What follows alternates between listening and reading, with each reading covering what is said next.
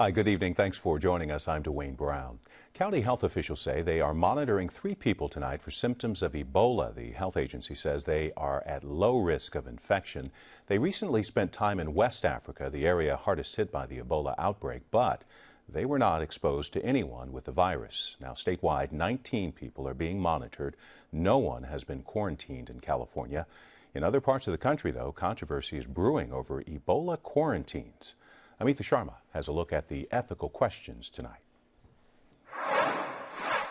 As state and county health officials monitor 19 people for Ebola symptoms, quarantines and one nurse's defiance continue to make headlines. Mary Devereaux, Assistant Director of UC San Diego's Research Ethics Program, joins me to talk about the controversy over how to balance the civil rights of people who have been exposed to Ebola while treating patients in Africa and protecting the public's health. Mary, Nurse Casey Hickox returned from Sierra Leone after treating Ebola patients there. She has displayed no symptoms. She's tested negative for Ebola. The state of Maine has gone beyond CDC guidelines and placed her under a 21-day quarantine. She's defied it. What ethical issues does this case raise? Well, I think in this case we have a standard ethical issue and sort of political debate, which is about the extent of the state power or public health officials to ask individuals, or in some cases to mandate individuals, quarantine themselves or take other health monitoring measures in the interest of protecting public health.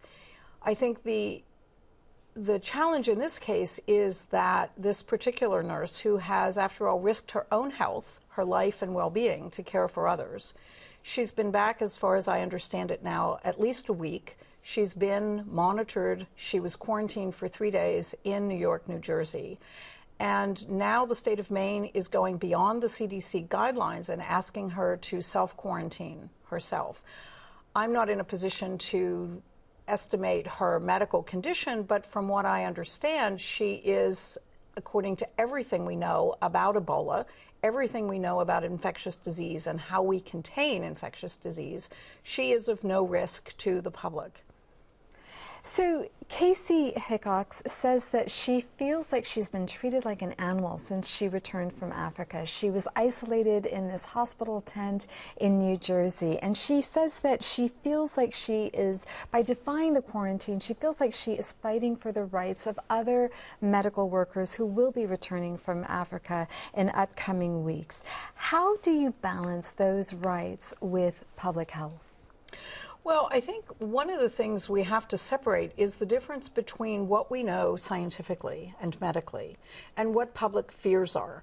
I think the fears are real, and I think there are a couple of reasons for that. One is Ebola is a particularly nasty disease, and right now we do not have good measures for actually treating the disease. It's much less of a risk in developed countries like the United States than it is in West Africa, but nonetheless, this is not anything that any member of the public would like to see themselves exposed to or at risk from. On the other hand, she is one of the frontline workers in actually combating this this medical emergency that we're all facing. So in terms of her civil rights, I think she has a case to be made that in fact she was quarantined in particularly, I think, unpleasant ways. She was not treated with the kind of respect you would expect someone returning from West Africa, working with Doctors Without Borders or other medical missions. She is engaged in a fight that is meant to protect all of us. We're now in a global village, and as air travel and not just the internet sort of demonstrate, we're all connected one to the other. So I can certainly understand her response to the way in which she's been treated. So when you have states, though, who have gone beyond the CDC rules, how much of this is science-based versus panicky politicians? Well, I think from everything I understand, I think there is a very strong element of panic here. There's been a lot written in the newspaper about the perception of these kinds of infectious diseases. It parallels everything we know from scary movies, science fiction, and so on. This organism originates someplace in the body. It comes from someplace far away. It infects all of us. So I do think that there's a large measure of fear that people are not perhaps completely comfortable with or trusting. I want to build on that very quickly. Thomas Duncan was the first patient to die here in Texas from Ebola. He's been cast as the guy who brought Ebola to America. We had the former executive director of the GOP in South Carolina saying that people with Ebola should be put down humanely. We've had calls for people, incoming travelers to the United States, being tested for Ebola in the same way that people are screened for terrorism. Is there an element of typhoid Mary here?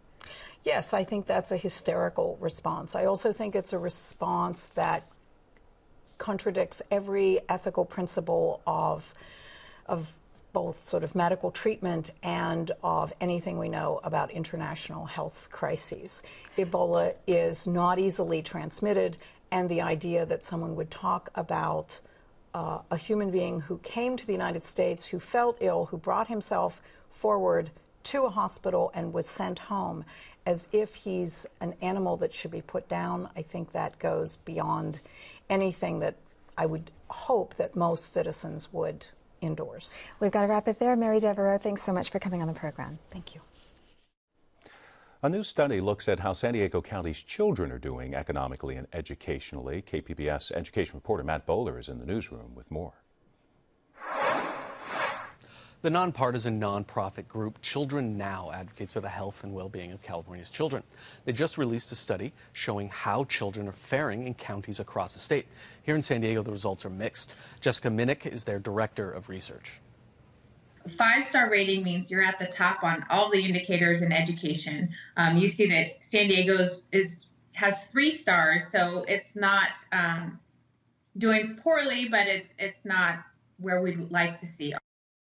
The group says there are 726,000 children in San Diego County, and 19% of them live below the federal poverty line.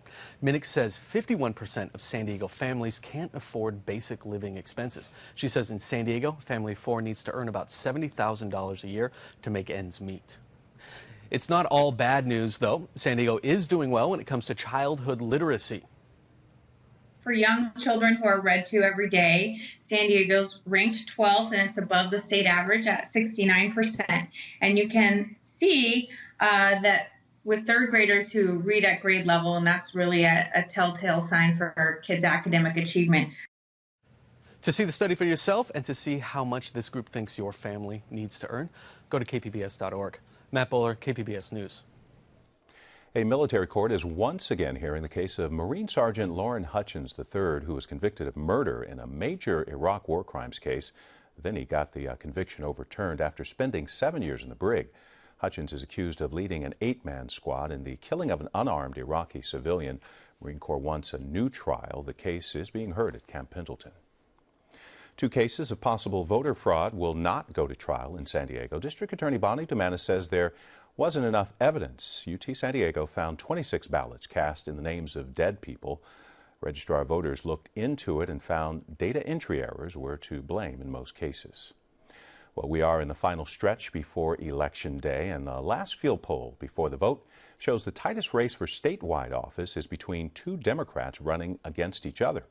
It's the race for state school superintendent. The poll shows a tie between incumbent Tom Torlakson and challenger Marshall Tuck. But nearly half of voters are still undecided in the race. Not much indecision, though, in the race for governor. Jerry Brown holding a 21-point lead over Republican Neil Kashkari.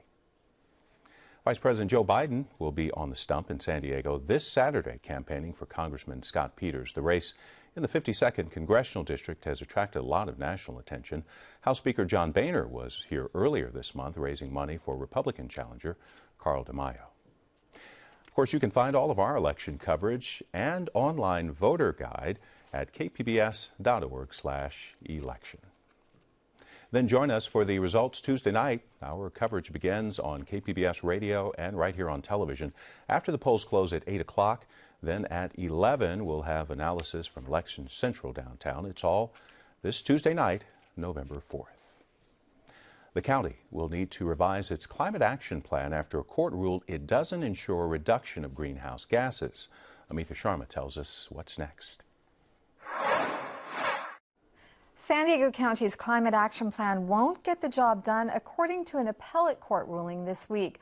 The court said the plan failed to provide detailed deadlines and enforceable measures to ensure that greenhouse gas emissions will be reduced. I'm joined now by attorney Jan Chatham-Brown, who represents the Sierra Club.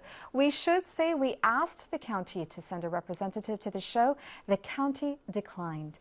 Jan, what specific deficiencies did the Court of Appeal find with the county's climate action plan? Oh, there were a myriad of problems with both the process and the plan. But essentially, the problem was that the plan that was adopted, the Climate Action Plan, which had been committed to as part of the general plan update process, didn't deliver on the promise the county had made. The general plan update allowed additional growth in the county. And under the California Environmental Quality Act, or CEQA as we commonly call it, any public agency is required to evaluate and mitigate the impacts, the adverse impacts, as the result of any project. In this case, they acknowledged adverse impacts, but said they would mitigate it by doing a series of things that were adopted as mitigation measures, and the major element of that plan was going to be adoption of a comprehensive, effective, and enforceable mitigation climate action plan. Unfortunately, the county failed to deliver on its promise. So the Court of Appeals ruling upheld the trial court's ruling in this case. Now, what was the county's argument throughout this legal challenge? Well, they had a lot of technical arguments that we didn't comply with the statute of limitations. They alleged we were challenging the general plan update, and the statute of limitations for challenging that had run. But in fact, we were trying to enforce the promises they made as a result of the general plan update, and the court agreed with that theory. They had technical arguments about the standard of review, and the Court of Appeals said, under the standard of review that we said was applicable, or the standard of review that they were arguing for, we still won, because there was no way that they were complying either with CEQA or the promise that they made as part of the general plan update. So did the Sierra Club point out some of these deficiencies during the drafting of the Climate Action Plan? Well, unfortunately, there wasn't really much of a public process. In fact, the Sierra Club was alerted to the fact that the matter was coming on the agenda as a result of a call from somebody at KPBS. But the Sierra Club had previously submitted detailed recommendations for what should have been included and continued to argue for that. Even after the lawsuit was filed, the Sierra Club made repeated efforts to get the county to incorporate some meaningful provisions and settled the case, but the county declined to do so. Now they will have to have a public process, and Sierra Club and other groups should be at the table to be sure that the plan that they ultimately, that the Board of Supervisors ultimately considers, will achieve the emission reductions that we so desperately need. So now the Sierra Club's lawsuit is one of two lawsuits against the county on their climate action plan. Well, not against the county. There's a parallel suit involving a challenge to SANDAG, or the San Diego Association of Governments. And that is with regard to not their climate action plan, because to the best of my knowledge, they don't have one, but to their transportation plan and the environmental impact report that it was based upon. Ironically, the same trial court judge ruled in favor of the petitioners, Sierra Club and others, including the California Attorney General's office, in the SANDAG case. Both of them have been under submission for quite some time. Our decision came out yesterday. We're still awaiting the decision in the SANDAG case. So basically now the county has to go back to the drawing board and get public input for their climate action plan. Yes. Does the court's ruling in any way affect the city's climate action plan? Well, I think the court's ruling affects every city and county throughout the state. It's very clear that mitigation measures, once they're adopted, have to be enforced. And there haven't been many cases, appellate cases, on this issue. But this is a very clear statement, and it's a very strong statement that the Court of Appeal understands what the science shows and wants the agencies to comply with it. Jan, thanks so much for coming on the program. You are very welcome.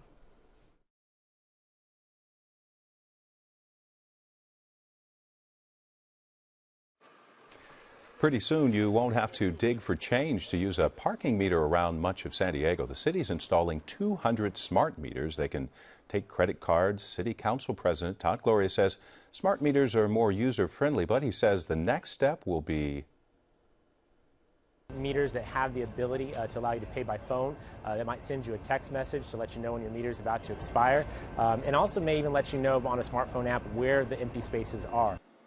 The first smart meters are going into the Gaslamp district downtown. By early next year, about 97% of the city's old meters will be replaced at a cost of nearly $4 million. In 2004, Californians voted to fund stem cell research. Now, 10 years later, stem cell science is making strides. Amitha Sharma takes a closer look. The promise of stem cell therapy to reverse paralysis, cure cancer, or eliminate diabetes may soon become reality. Researchers at UC San Diego and the Sanford Consortium for Regenerative Medicine have started their first human trials using stem cells. Joining me to talk about the trials are Larry Goldstein, director of the Sanford Stem Cell Clinical Center at UC San Diego, and Katrina Jameson, director of the Moores Cancer Center Stem Cell Program. Larry, last month, doctors at UC San Diego, along with the Sanford Center, injected stem cells into a paralyzed woman with the hope that it might return some of her motor function. What can you tell us about her, how she's doing? Well, so far so good. She did well with the surgery, she's gone home, and now, I know it's hard, but we wait because it takes time for the cells to build what we hope will be new relays to go around the site of damage so that she'll again be able to sense and move. Katrina, now human trials have also begun using stem cells actually studying how stem cells affect leukemia. Tell me about that. So sometimes stem cells are good in the sense that we can replace damaged tissue. Sometimes stem cells are corrupted, so they actually contribute to cancer. And we know that the #1 cause of death due to cancer is relapse, so we think cancer stem cells actually contribute to relapse. And basically what some cells have done is they've taken stem cell pathways and they've used them for the wrong purposes, but they give themselves away because those particular things that they express we can target using antibodies or molecular missiles that really go after them, and one of them is called ROR1. And so we've started a clinical trial, thanks to my colleague Tom Kipps at the Cancer Center and the great support provided by our director, Scott Lippman at the Cancer Center, to do this trial that's funded by the California Institute for Regenerative Medicine and came from California Institute for Regenerative Medicine funded research, where we can target these rogue stem cells in a kind of cancer called chronic lymphocytic leukemia. That's the most common blood cancer actually in this country. So we think we may be able to get rid of the root cause of relapse by using this antibody or molecular missile, in other words, that targets the cancer stem cell, and that we hope, by being the brave volunteers in the trial, will give us insights into how we can target other types of cancer. And Larry, from cancer to diabetes, the first of its kind stem cell trial is about to start for diabetes 1. What exactly is being tested? Yeah, so first of all, in fact, our very first patient was treated last week. It's a trial that's collaborative with a local homegrown company called ViaCyte. And the way this works is that, think about a baggie, a sandwich baggie with little tiny molecular size holes. And what's put into it are embryonic stem cell precursors to a pancreas. That bag is put under the skin of a diabetic patient, and what we hope will happen is those cells will become the pancreatic cells that are missing in people with type 1 diabetes. And so these cells will now start to secrete insulin. And what I can tell you, although we don't know what's going to happen in humans, if you're a diabetic mouse, we can cure you using this method that ViaCyte has developed. And now, for the first time, we're going to see if it'll work in people. So Katrina, how safe are human trials using stem cells? Well, human trials using adult stem cells from the bone marrow have been done for 40 years. So safety is a major issue with transplantation that we take very seriously and something that we're certainly very aware of. So the safety is our primary concern for any stem cell related product, and we use the same sort of ways to assess safety that we do for bone marrow transplantation. We make sure that the immune system is calmed down a little bit by keeping people on medication that suppresses a potential immune response, and our entire raison d'etre or goal in a phase 1 or early trial is to assess safety. So far, we're very early in the process, and our process is based on looking at people very carefully and frequent visits to look at safety of these trials. So they have expert physicians looking after them, excellent nurses looking after them that will be looking for safety signals that we're sort of accustomed to from the bone marrow transplant field. And very quickly, I understand that UC San Diego has just received $8 million and a designation as an alpha clinic. What does it mean to be an alpha clinic? I think the alpha clinic designation is most important for patients. Patients are our primary responsibility. This allows them to know where to go if they have a really debilitating degenerative disorder to get cellular products, so stem cell related therapies that may help them. And so instead of having to go to disparate areas, even within one campus, they go to one place. So it's one-stop shopping for patients, so they get the proper care that they need. Okay, we're going to close it there. Katrina, Larry, thanks so much for coming on the program. It's our pleasure. Thanks. There's a street in University Heights where dragons, singing skeletons, and death come to play for one night only. The half-mile haunt is one of San Diego's biggest family-friendly Halloween celebrations, put on by one couple and their neighbors for free. KPBS video journalist Katie Shulov takes us to Trick or Treat on Maryland Street.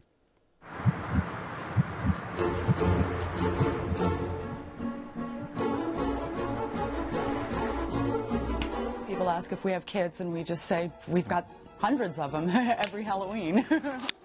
There's your hand, Death. Andy and Paula Cameron have been building elaborate Halloween sets at their home on Maryland Street for 18 years. It all started with a gag gift when Andy's career shifted from animatronics to theater set building. I started complaining I wanted to do more animatronics, and she got sick of listening to me do it, so she bought one of these rubber masks. Said, here, animate this. Well, I don't have the money to do that, so I just did it out of what I had laying around in the garage.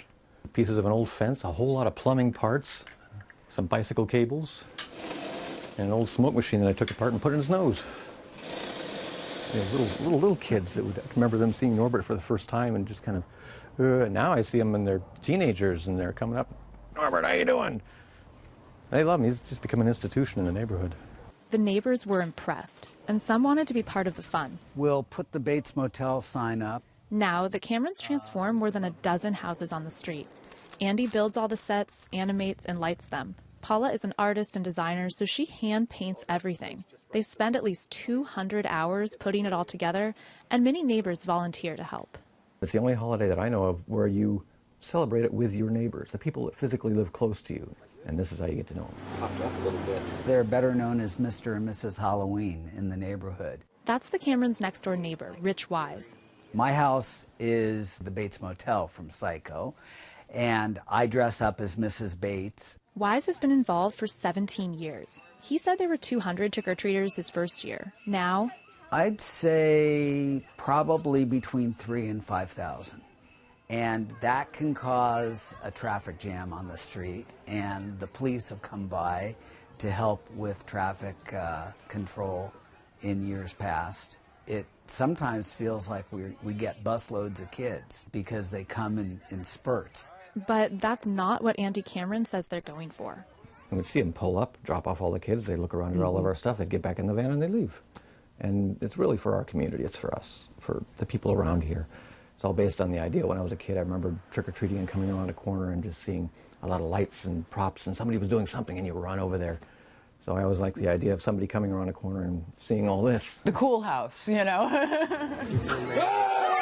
Another thing they're trying to avoid, being too scary. You know, it's not a frightmare, it's not really gory, it's not horrible, it's just fun atmosphere and lots of neat to look people. at. Everybody comes in great costumes. It's a celebration of the neighborhood, really. It's our own twisted take on promoting community. The Camerons say it costs practically nothing. It's a rubber mask used for a dummy for a show called Three Tall Women. Everything is made from old parts, found objects, discarded theater set pieces. It's actually built out of a Furby. The whole Grim Reaper unit is from Christmas Carol. So is the coffin. They'll pop up. I was married in that shirt, too. A ways down the street, there's even a band playing to welcome trick-or-treaters, as long as you respect the neighborhood.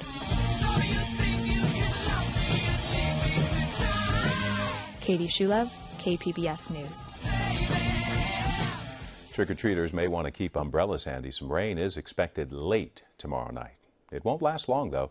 Upper 60s along the coast over the weekend, 60s for the inland valleys, too, 50s in the mountains, and down to the 70s in the desert. Tonight's stories are online at kpbs.org/evening edition.